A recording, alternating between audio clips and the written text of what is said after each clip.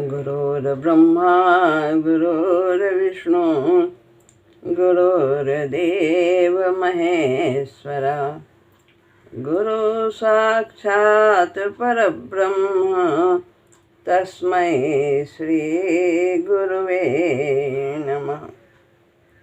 श्री राम। श्रीमद् भगवद गीता अध्याय 4 श्लोक है 16वां।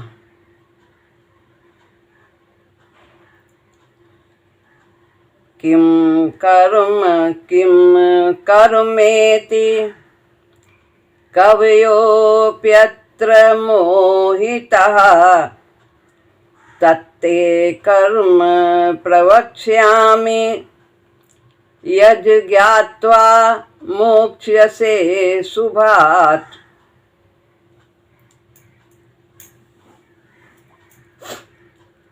किम क्या है? कर्म क्या है? किम अकर्मेति। माँ की बिंदी का पे आश और अवस्था है, संधि है। किम अकर्मेति। किम माने क्या है? अकर्मेति। अकर्म यानी अकर्म। एति जो है उसमें इति हो जाएगा, संधि है तो अ और ई मिल करके ए हो जाता है। कवयः यानी विद्वान, अपि आपा है आधा और या है तो ई की मात्रा हो जाएगी पापे और आ आगे लगा है तो अपि माने भी और आधा या निकला है तो उसके बाद आ बचता है तो अत्र हो गया। इस विषय में कवया अपि अत्र मोहिता मोहित हो जाते हैं। तत् और ते। तत् माने वह, तत्ते इसमें संधि है। तत् और ते, ता आधा ता और फिर ते बसता है। तत् माने वह, ते यानी तुझे, कर्म यानी कर्म तत्व, प्रवक्ष्यामि यानी भली भांति कहूँगा। यत जा है तो ता हो जाएगा, जिसको ज्ञात्वा जानकर, मोक्ष से मुक्त हो जाएगा, अशुभात वो जो अवग्रह बना है तो अशुभात अशुभ से तो मुक्त हो जाएगा। कर्म क्या है, अकर्म क्या है, इस प्रकार इस विषय में विद्वान भी मोहित हो जाते हैं। अतः वह कर्म तत्व मैं तुझे भली भांति कहूँगा, जिसको जानकर तू अशुभ से यानी बंधन से, सांसारिक बंधन से मुक्त हो जाएगा। अब इस श्लोक में भगवान कर्म को तत्व से जानने का प्रकरण आरंभ करते हैं। कर्म योग चल रहा है तो कर्म को भली प्रकार अर्जुन के माध्यम से हम सबको समझाते हैं। किम कर्म। साधारण मनुष्य शरीर और इंद्रियों की क्रियाओं को ही कर्म मान लेते हैं और इनके बंद होने पर सोचते हैं कर्म हो गया। पर भगवान शरीर, मन, वाणी सभी क्रियाओं को कर्म मानते हैं। मन से जो हो रहा है, वाणी से जो बोल रहे हैं, शरीर इंद्रियों से सभी के द्वारा किया हुआ कर्म कर्म कहलाता है। मन से क्या सोच रहे हैं, वाणी से क्या बोल रहे हैं। शरीर वांग मनोभिर्यत कर्म प्रारभते नरः। कहते हैं ना 18वें अध्याय के 15वें श्लोक में कहा। तो भाव के अनुसार कर्म की संज्ञा बदल जाती है।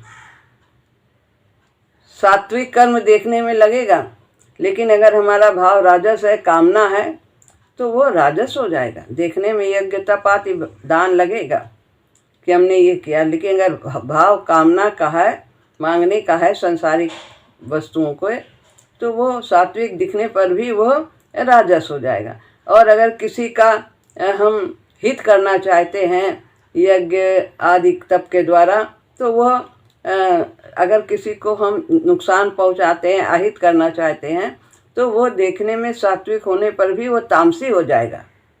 तो भाव के अनुसार कर्म की संज्ञा दी जाती है।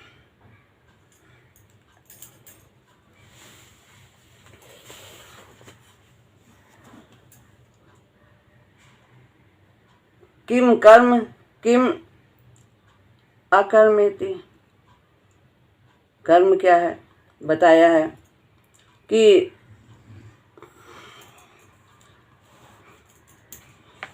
केवल बाहरी क्रिया करने अथवा न करने से कर्म के वास्तविक रूप का ज्ञान नहीं होता है। इस विषय में शास्त्रों को जानने वाले बड़े बड़े विद्वान भी मोहित हो जाते हैं, अर्थात कर्म के तत्व का यथार्थ निर्णय नहीं कर पाते कि क्या है सात्विक कर्म है कि राजस है कि तामस है।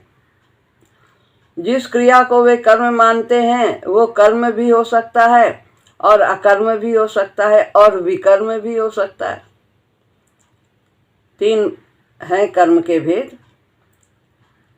कर्म के 3 भेद, कर्म, अकर्म, विकर्म, ये कर्म के भेद हैं।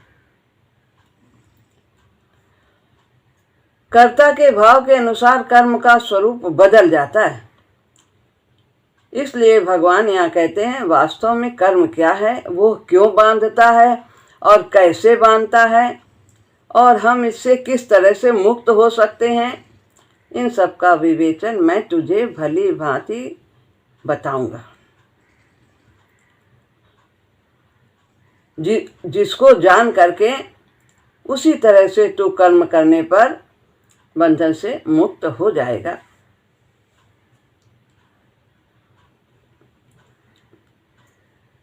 यदि मनुष्य में ममता, आसक्ति और फल की इच्छा है तो कर्म ना करते हुए भी वास्तव में कर्म हो रहा है, अर्थात कर्म में लिप्त है।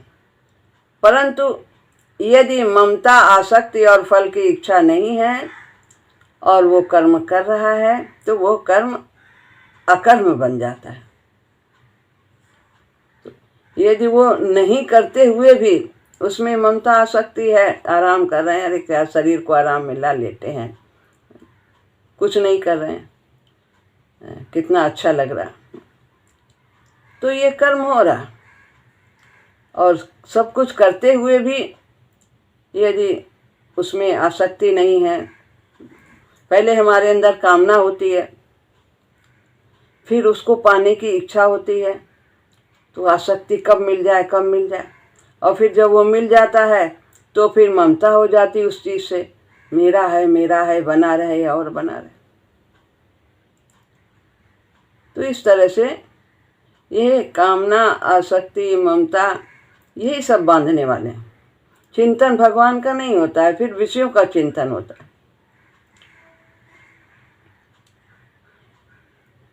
और यदि ये सब नहीं है तो वो अकर्म हो जाते हैं। यदि कर्ता निर्लिप्त है तो कर्म करना अथवा न करना दोनों ही अकर्म है। यदि कर्ता लिप्त है तो कर्म करना अथवा न करना दोनों ही बांधने वाले हो जाते हैं। अब यहाँ कर्म के बारे में बताया है, अब अकर्म किसको कहते हैं बताते हैं। भगवान ने कर्म के 2 भेद बताए हैं, वैसे तो 3 कहा है, क्यों, और यह नाम इसलिए नहीं लिया विकर्म, क्योंकि वो कर्म नहीं, वो तो निषिद्ध कर्म है, उसको तो करना ही नहीं चाहिए। जब कामना रहती है तो वह कर्म कहलाता है, और जब कामना नहीं रहती, कामना रहित कर्म होता है तो वह अकर्म कहलाता है, और कामना के अधिक बढ़ जाने पर विकर्म हो जाता है, निषिद्ध कर्म होने लगते हैं।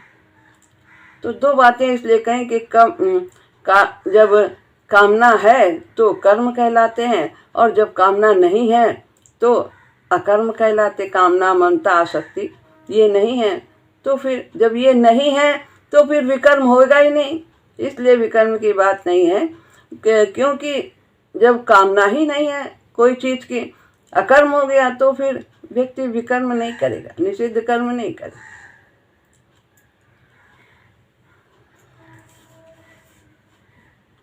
तो कर्म के बारे में महाराज जी कहते हैं, कर्म की गति बहुत गंभीर है। कर्म के तार तो जन्म जन्मांतर से चले आते हैं। पहले जन्म बहुत कम लोग के ये जो प्रारब्ध में डाले गए हैं, वो सकाम कर्मों के कारण ये सब यहाँ संसार में आकर के उन्हें छीड़ करना पड़ता है। तो हम उन्हें छीड़ करते हैं और बहुत से नए भी बना लेते हैं। मेरा है, ये सब आसक्ति है उनसे, ये सब ये ममता, आसक्ति, अहंकार, इनके द्वारा नए हम क्रियमान बना लेते। तो इसलिए ये तार जल्दी ख़त्म नहीं होता। ये कैसे ख़त्म होगा? कर्म योग की साधना करने से एक ही जन्म में समाप्त हो जाता है। सारे पहले के पूर्व जन्म के भी संस्कार समाप्त हो जाते हैं, और नया तो बनता ही नहीं, संचित भी समाप्त हो जाते हैं। एक कर्म का तंतु दूसरे कर्म तंतुओं से उलझता रहता है। यह कहाँ आरंभ होता है और कहाँ पर जाकर समाप्त होता है, ये योगियों के लिए भी जानना कठिन है।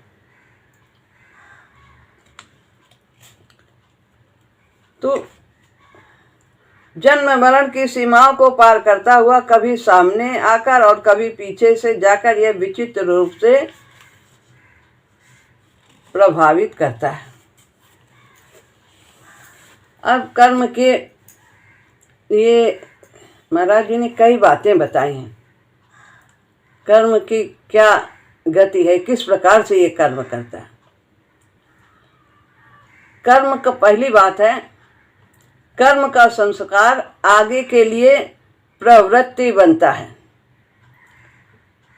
हमारी ऐसी ही फिर स्वभाव बन जाता है। जो आज हम करते हैं किस भाव से, तो वो आगे के लिए एक बार का किया हुआ दोबारा के लिए आसान हो जाता है। इसलिए एक बार का झूठ बोलना दूसरी बार झूठ बोलना सुगम कर देता है। एक बार की चोरी फिर चोरी करने के लिए प्रेरणा बन जाती है। प्रत्येक कर्म इसी प्रकार से संस्कार छोड़ता है। अच्छा करते हैं तो दोबारा के लिए वो अच्छा करना आसान हो जाता है। शुभ कर्म जो हम करते हैं वो दोबारा करना तो हमारे वैसा संस्कार बनने के कारण स्वभाव बन जाता है, आसान होता है, और भविष्य के कर्म को प्रभावित करता है। आगे फिर हम और उसी तरह से करते हैं, अच्छा करते हैं या बुरा करते हैं। तो कर्म का संस्कार आगे के लिए प्रवृत्ति बनता है, आगे दोबारा फिर वो करने के लिए आसान हो जाता है। तो हमें विवेक का इस्तेमाल करना चाहिए और शुभ कर्म करने की आदत डालनी चाहिए। दूसरी बात बताते हैं, कर्म फल को लाता है। कर्म का मतलब, कर्म का जहाँ भी केवल है कर्म शब्द, तो यहाँ कर्म सकाम कर्म की बात हो रही। कर्म के 3 भेद बताएं। कर्म यानी सकाम कर्म, अकर्म निष्काम कर्म, और विकर्म निषिद्ध कर्म। तो यहाँ कर्म की बात, ये सकाम कर्म की बात हो रही है। पहली बात कर्म।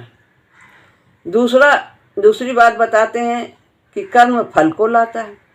जब हम सकाम कर्म करेंगे, किसी भी तरह से अनुष्ठान करेंगे, व्रत करेंगे, तप करेंगे, दान करेंगे, और हमें ये वस्तु चाहिए, भौतिक जगत की वस्तुएं चाहिए, या भौतिक लोक में हम जाना चाहते हैं, और जो लोक हैं अनेक मृत्यु के बाद वहाँ जाना चाहते हैं।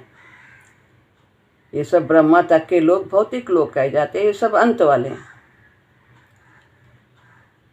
तो ये यदि हम सकाम कर्म करते हैं तो उसको पाने के लिए, वो फल जो हम कामना करते हैं, तो सकाम कर्म फल को लाता। फल की चाह ही बंधन का कारण है।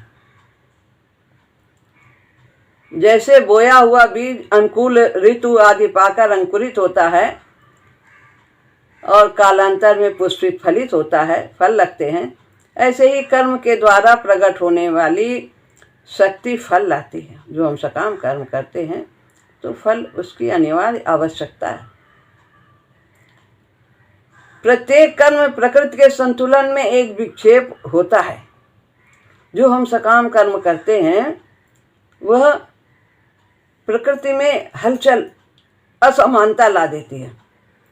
जैसे कि तालाब है, उसमें यदि हम एक गिट्टी डालें तो जो शांत तालाब है वो उसमें हलचल हो जाएगी, और वो हलचल को शांत करने के लिए लहर उठती है, और वो लहर तालाब के आखिरी छोर तक जाती है उस तालाब को सम करने के लिए। इस तरह से वो हमारा जो कर्म है वो प्रकृति में विक्षेप करता है, तो उसके कारण हमारे जीवन में तरह तरह की अनुकूलताएं और प्रतिकूलताएं आती हैं फल के रूप में।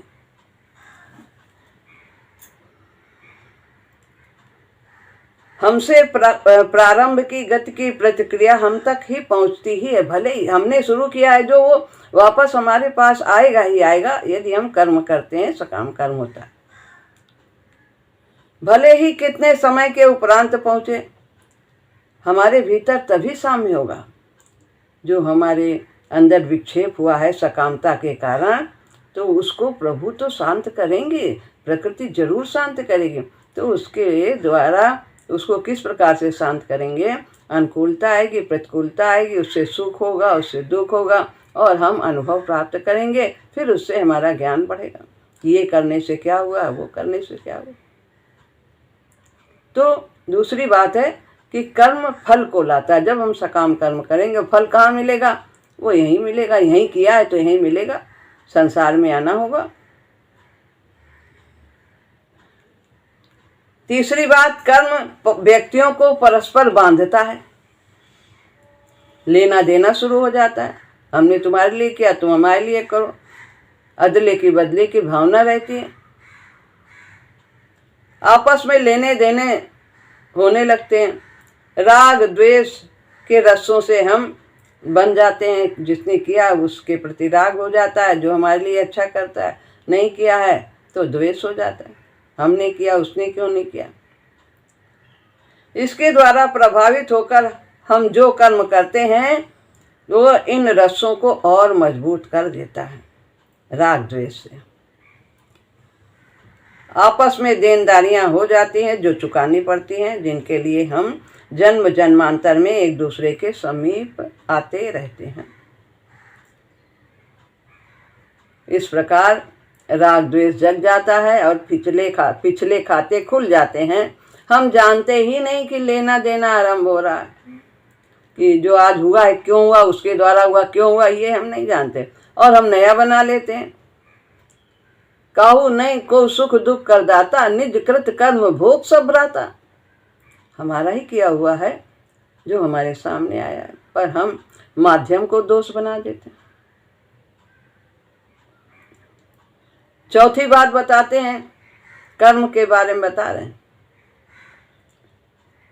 कर्म का संस्कार आगे के लिए प्रवृत्ति बनाता है, स्वभाव बनाता है। दूसरा है कर्म फल को लाता है, और तीसरा ये व्यक्तियों को परस्पर बांधता है, एक दूसरे को जोड़ देता है, लेना देना चालू हो जाए।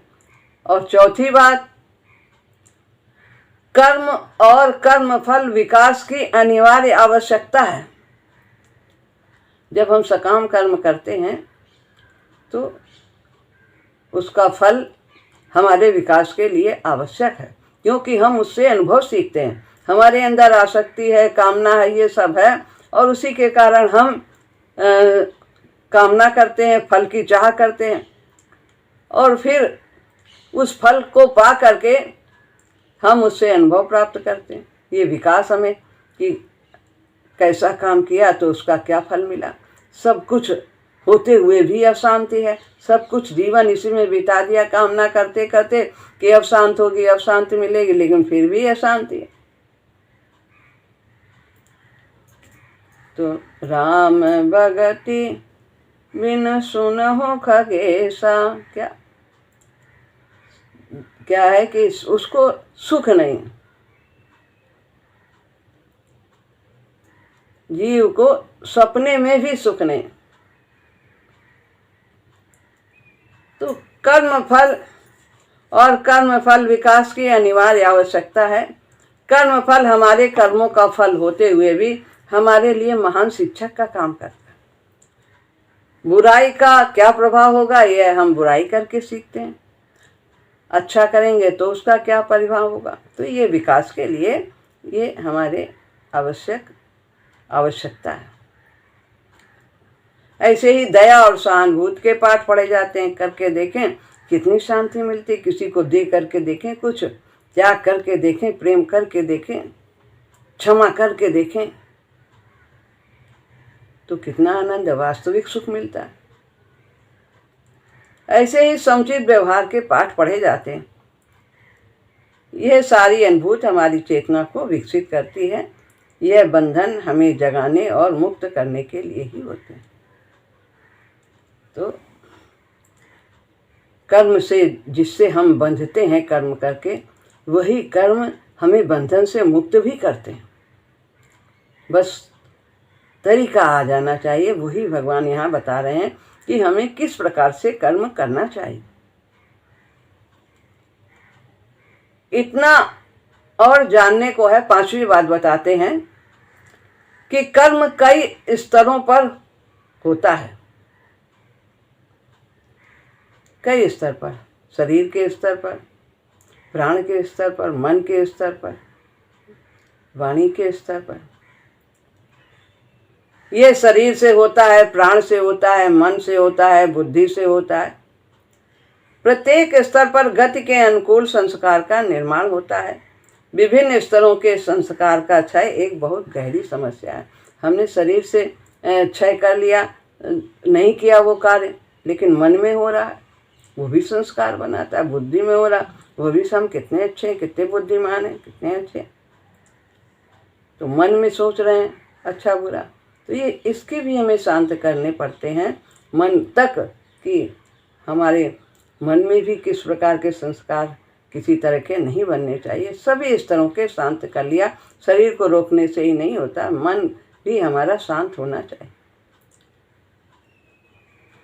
जब तक व्यक्ति कर्म के सभी हिसाब साफ नहीं कर देता, तभी तक सब देने चुका नहीं देता, भीतर संस्कार रहता ही है। उस संस्कार की निवृत्ति होने तक बंधन रहता है। अतः मुक्ति पाने के लिए संस्कारों का नितांत क्षय आवश्यक है। इसी तथ्य का अवलंबन कर कई योगी तो विभिन्न शरीरों को क्रमशः ग्रहण करते हुए जल्दी जल्दी देनदारियां पूरी कर लेते हैं। वो एक ही भगवान भक्त के कुछ अगर दो एक संस्कार बाकी रहते हैं, बाकी सब निर्मल हो जाता है, तो उसको उसी जन्म में भी शांत कर देते हैं।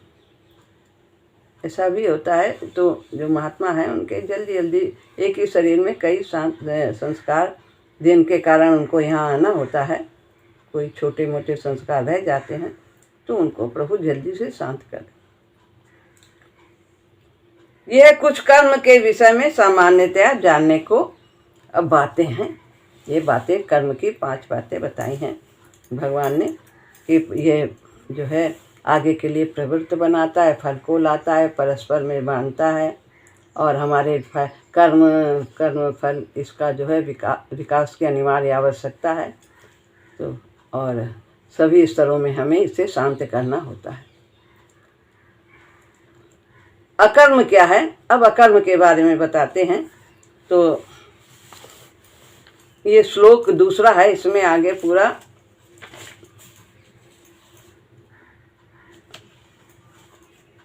17वां श्लोक है। कर्मणो यपि बोधव्यम च विकर्मणा अकर्मणश्च बोधव्यम गहना कर्मणो गति।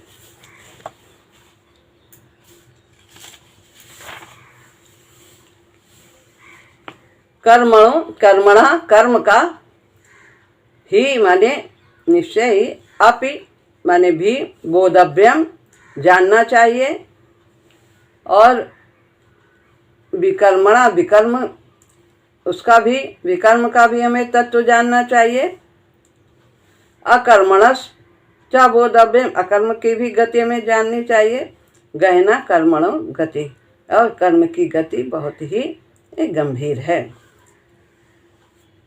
तो अकर्म के बारे में महाराज जी बताते हैं कि अकर्म क्या है। कर्म के बारे में हम लोगों ने जाना। अकर्म, कर्म के अभाव को स्वरूपता कर्म ना करने में अकर्म नहीं कहा जा सकता। जैसे पहले कहा है कि हमने शरीर से त्याग दिया कर्म करना, तो इसे अकर्म नहीं कहेंगे। कर्म का नितांत अभाव तो असंभव है। अकर्म का अर्थ कर्म का किसी और प्रकार का अभाव हो सकता है। तो वो क्या अभाव है? अकर्म किसको कहते हैं? क्या नहीं बनना चाहिए? वासना नहीं होनी चाहिए, संस्कार नहीं बनने चाहिए। संस्कार व्यक्ति को बनाता है, उसे किसी खास रंग में रंग देता है, बाह्य जगत में दूसरे व्यक्तियों और वस्तुओं के साथ उसे बांध देता है। जैसा अभी सब सकाम कर्म करने के कारण ऐसा हुआ था।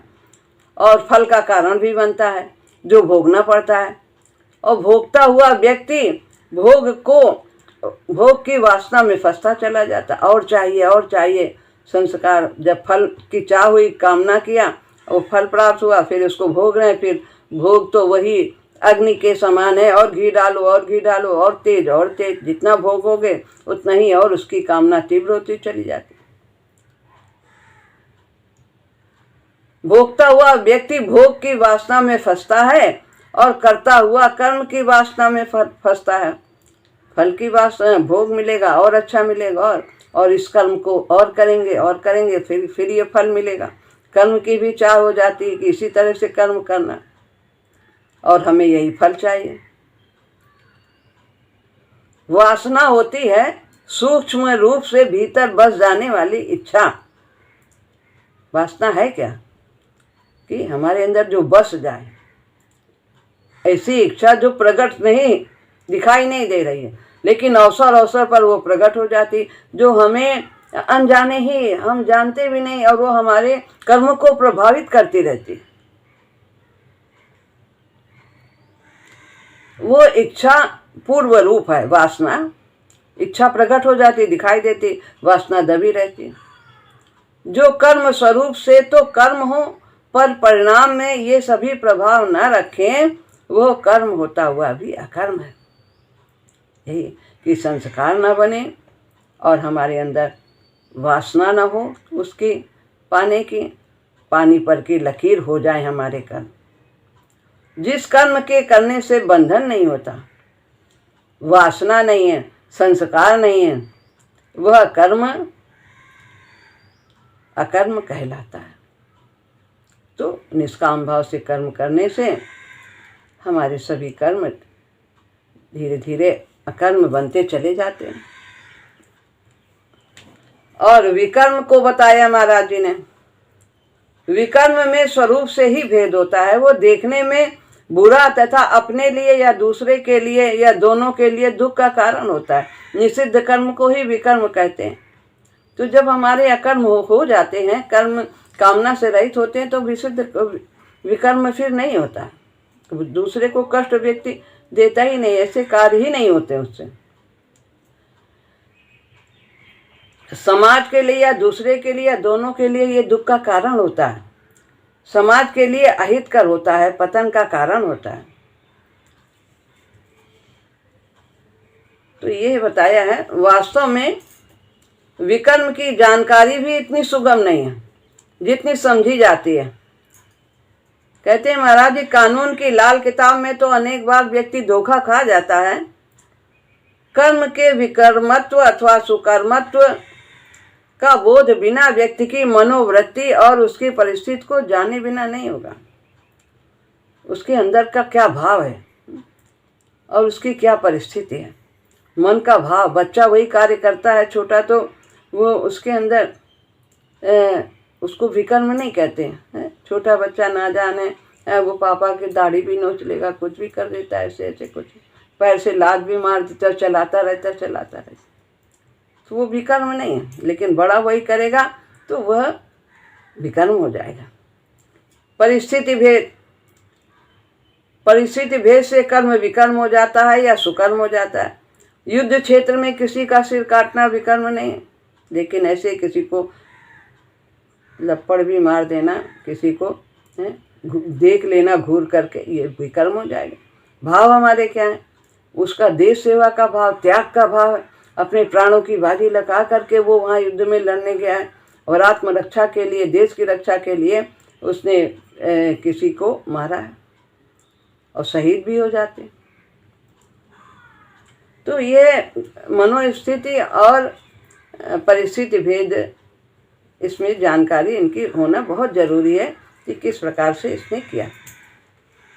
तो अवस्था भेद भी निर्णायक होता है कर्म के गुण में। बच्चे के लिए जो बातें निर्दोष है वही बड़े के लिए नहीं रहती। अपढ़ के लिए जो कर्म निर्दोष है सो सुपठित व्यक्ति के लिए सदोष हो जाता है। जिसको जानकारी है सब बात की, वही कार्य यदि वकील करता है या कोई, तो उसको ज़्यादा दोष लगता है। जो ना समझ है, अनपढ़ है, उसके लिए उतना नहीं दोष लगता है, उसको उतनी बड़ी सज़ा नहीं मिलती। इस तरह से जो ज्ञानवान हैं तो उनको जानकारी होते हुए भी यदि वो कार्य करते हैं तो उनके लिए वो विशेष दोष लगता है। इस प्रकार यहाँ पर सब भगवान ने कर्म, अकर्म, विकर्म तीनों के भेद समझाए हैं। तो जो व्यक्ति को विकास के मार्ग में आगे ले जाने वाला है वो करनी है, और जो बाधक है सो अकरणी है, उसे नहीं करना चाहिए। इस प्रकार हमें जानना आवश्यक। श्री राम।